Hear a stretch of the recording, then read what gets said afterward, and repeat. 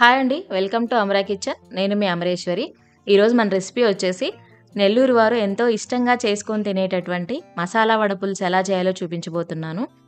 ఈ కూర వైట్ రైస్‌లో కంటే రాగి సంగట్లోకైతే చాలా బావుంటుంది.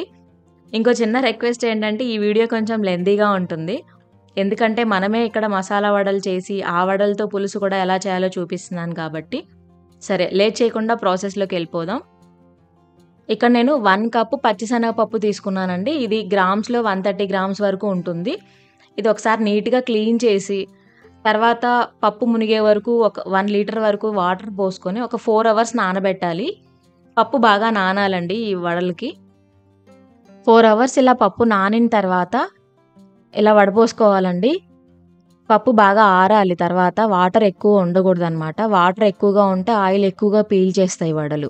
అందుకని వడబోసుకొని పక్కన పెట్టేసుకోవాలి. ఒక 5 మినిట్స్ అలా వదిలేయాలి. ఈలోపు మనం ఇలా ఒక చిన్న రోల్ తీసుకొని ఇందులోకి 1 టీ స్పూన్ ధనియాలు, చిన్న దాల్చిన చెక్క ముక్క 1 ఇంచ్ చాలు, 2 లవంగాలు వేసి కొంచెం కచ్చాపచ్చిగా గ్రైండ్ చేసుకోవాలండి. మరీ మెత్తగా నూరుకోకూడదు. కొంచెం కచ్చాపచ్చిగానే ఉండాలి. అలానే ఇందులోకి 1 ఇంచ్ అల్లం ముక్క, 5 పొట్టు తీసిన వెల్లుల్లి రెబ్బలు వేసి గ్రైండ్ చేసుకోవాలండి. మిక్సీలో వేస్తే ఏంటంటే ఎక్కువ మసాలా ఫ్లేవర్ వస్తుంది తినేటప్పుడు. ఇలా అయితే కొంచెం కచ్చాపచ్చిగా చేసుకుంటే అంతగా తెలీదనమాట. సో, ఇలా ఉండాలి. ఇప్పుడు మనం పప్పు గ్రైండ్ చేసుకోవాలి. ఇందాక వడబోసుకున్నాం కదా మనం శనగపప్పుని. ఇందులోంచి ఒక గుప్పెడు పప్పు తీసి పక్కన పెట్టేసుకోవాలి.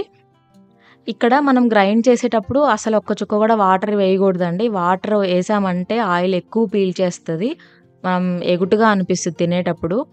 సో, ఇందులోనే ఒక 3 లేదా 4 పచ్చిమిర్చి ఇలా కట్ చేసుకొని వేసుకోవాలి.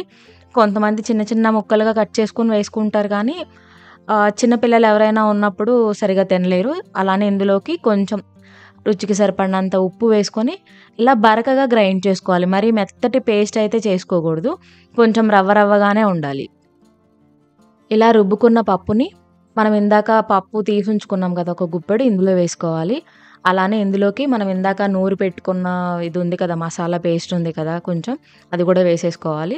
అలానే ఒక పెద్ద ఉల్లిపాయలు చిన్న చిన్న ముక్కలు కట్ చేసుకొని వేసుకోవాలండి. చిన్నవైతే 2 వేసుకోండి. పెద్దదైతే ఒకటి సరిపోతుంది. అలాగే ఇందులోకి కొంచెం కరివేపాకు అలానే కొంచెం కొత్తిమీర చిన్న చిన్న పీసెస్‌లా కట్ చేసుకొని వేసుకోవాలి. అంతా ఒకసారి బాగా కలిసేలాగా కలుపుకోవాలి. ఇక్కడ ఒక చిన్న టిప్ చెప్తానండి. ఒకవేళ మీకు పిండి జారుగా అనిపించిందనుకోండి, ఒక 2 టీ స్పూన్స్ గానీ, 1 టీ స్పూన్ గానీ బియ్యపు పిండి వేసుకోండి. ఎందుకంటే అది ఉల్లిపాయలు ఎక్కువగా వేసుకున్నారనుకోండి ఒకవేళ, అందులోంచి కూడా వాటర్ వచ్చేసి ఒకవేళ మీకు జారుగా అనిపిస్తే, లేదంటే అవసరం లేదు. ఇప్పుడు మనం ఈ వడలు చేసుకోవాలి కాబట్టి సరిపడినంత ఆయిల్ వేసుకొని, మీడియం ఫ్లేమ్‌లోనే ఒక 10-15 మినిట్స్ ఆయిల్ హీట్ చేసుకోండి. మరి హై ఫ్లేమ్ ఉంచొద్దు. అలానే లో కూడా ఉంచొద్దు. మీడియం ఫ్లేమ్‌లోనే పెట్టుకొని ఇవన్నీ చేసుకోవాలి.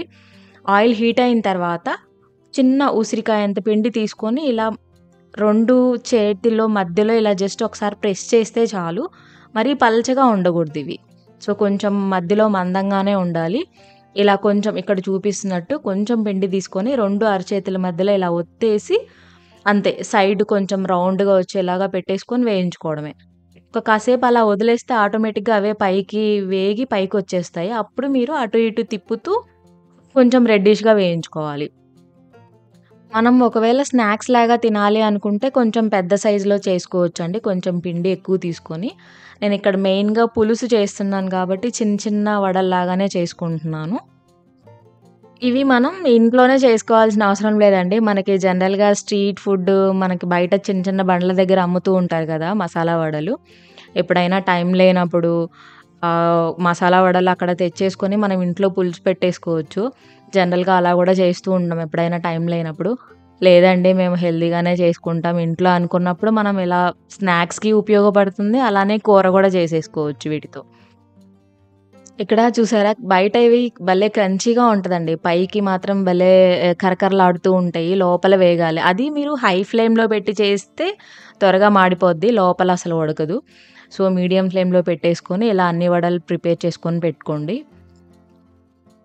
ఇక్కడ నేను చింతపండు నానబెట్టుకుంటున్నానండి. చిన్న నిమ్మకాయ సైజ్ అంత చింతపండు తీసుకోండి. ఇలా ఒకసారి క్లీన్ చేసేసుకున్న తర్వాత ఇందులోకి మళ్ళీ చింతపండు మునిగే వరకు కొంచెం వాటర్ వేసుకొని నానబెట్టుకోవాలి. మనం ఈ వడలు ప్రిపేర్ చేసుకోవడానికి ముందే ఇది నానబెట్టేసుకుంటే, మనం ఇవన్నీ చేసేసుకునేసరికి ఇది బాగా నానుంటుంది. ఇప్పుడు మనం పులుసు ప్రిపేర్ చేసుకునే ముందు ఇలా స్క్వీజ్ చేసేసేసి మనం చింతపండు రసం రెడీగా పెట్టుకుందామండి. స్క్వీజ్ చేసేసి మొత్తం పిప్పి మొత్తం తీసేసి ఇందులోకి ఒక పావు లీటర్ వాటర్ వేసుకొని పక్కన పెట్టేసుకోవాలి.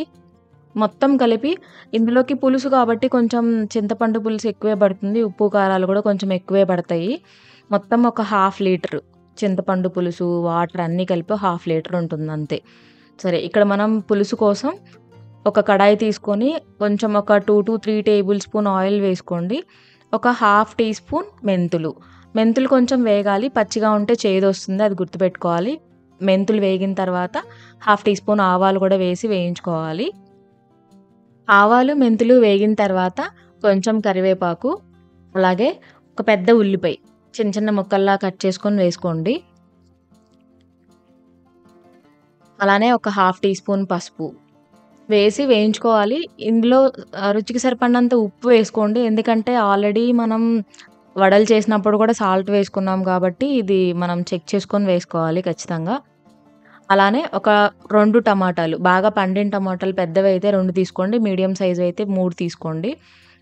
టమాటాలు కూడా వేసుకొని ఒకసారి బాగా కలుపుకొని మూత పెట్టేసుకొని ఒక 10-15 మినిట్స్ ఉడికించాలండి. బాగా మెత్తగా అవ్వాలి, పులుసు కదా మెయిన్, సో అందుకోసం అని చెప్పేసి. ఒక 15 మినిట్స్ ఉడికించుకున్న తర్వాత చూస్తే ఉల్లిపాయ, టమాటా ఇలా బాగా మెత్తబడి ఉంటుందండి. ఇప్పుడు ఇందులో 2 టీ స్పూన్స్ కారం వేసుకోవాలి. ఇది మీరు వాడే కారం స్పైసీనెస్‌ని బట్టి అడ్జస్ట్ చేసుకోవాలి. నేను వాడేది కొంచెం స్పైసీగానే ఉంటుంది కాబట్టి సరిపోతుంది. అలాగే ఇందులోకి మనం ఇందాక చింతపండు రసం ప్రిపేర్ చేసి పెట్టుకున్నాం కదా, ఇది వేసుకోవాలి. వేసుకున్న తర్వాత ఒకసారి బాగా కలిపేసి పులుసుని ఇక్కడే బాగా మరగనివ్వాలండి. పులుసు బాగా దగ్గరికి రావాలి, చిక్కబడాలన్నమాట. మనం మసాలా వడలు వేసిన తర్వాత ఎక్కువసేపు ఉడకనివ్వమండి ఇంకా. అందుకు ముందే పులుసునే బాగా దగ్గరకొచ్చే వరకు, చిక్కబడే వరకు ఉడికించుకోవాలి. ఒక 10 మినిట్స్ మీడియం ఫ్లేమ్‌లో పెట్టి 10 మినిట్స్ ఉడకనిస్తే పులుసు ఇలా దగ్గరకొచ్చేస్తుంది. ఇలా దగ్గరకొచ్చాక ఒకసారి మనం ఇక్కడ ఉప్పు, కారం చెక్ చేసుకోవచ్చు సరిపోయిందా లేదా అని. సరిపోయింది. ఇప్పుడు నేను మసాలా వడలు ఇలా చిన్న బౌల్‌లో వాటర్ తీసుకొని అలా ముంచేసి వేసేసుకోవాలి. ఎక్కువసేపు ఉంచాల్సిన అవసరం లేదు. ఒక్కొక్క 2 వడలు తీసుకొని ఇలా వాటర్‌లో ముంచేసి ఎమ్మడే తీసి పులుసులో వేసుకోవాలి. అంతే. ఇంక వడలు వేసిన తర్వాత ఎక్కువసేపు మరగనివ్వం మనం. జస్ట్ ఒక 2-3 మినిట్స్ అలా ఉంచేసి స్టవ్ ఆఫ్ చేసేసుకోవడమే. అంతే, చాలా ఈజీ అండి చేసేసుకోవడం. ఇలా మరుగుతుంది కదా, ఇంక ఆపేయడమే. వడలు వేసిన తర్వాత మాత్రం ఎక్కువసేపు ఉడకనివ్వకూడదు. స్టవ్ ఆపేసిన తర్వాత ఒక 10 మినిట్స్ అలా వదిలేయాలండి. 10 మినిట్స్ తర్వాత మనం తినేయొచ్చు. ఇలా వైట్ రైస్‌లోకైనా బావుంటుంది. కానీ రాగి సంగటిలోకైతే ఇంకా చాలా బావుంటుంది. ఇది బెస్ట్ కాంబినేషన్ అండి రాగి సంగటిలోకి. ఒకసారి ఇలా ట్రై చేయండి. ఓకే, మీకు ఈ రెసిపీ నచ్చినట్టయితే అమరా కిచెన్ ఛానల్‌ని సబ్స్క్రైబ్ చేయండి. మీకు ఏదైనా డౌట్ ఉంటే కామెంట్ చేయండి. Thank you for watching.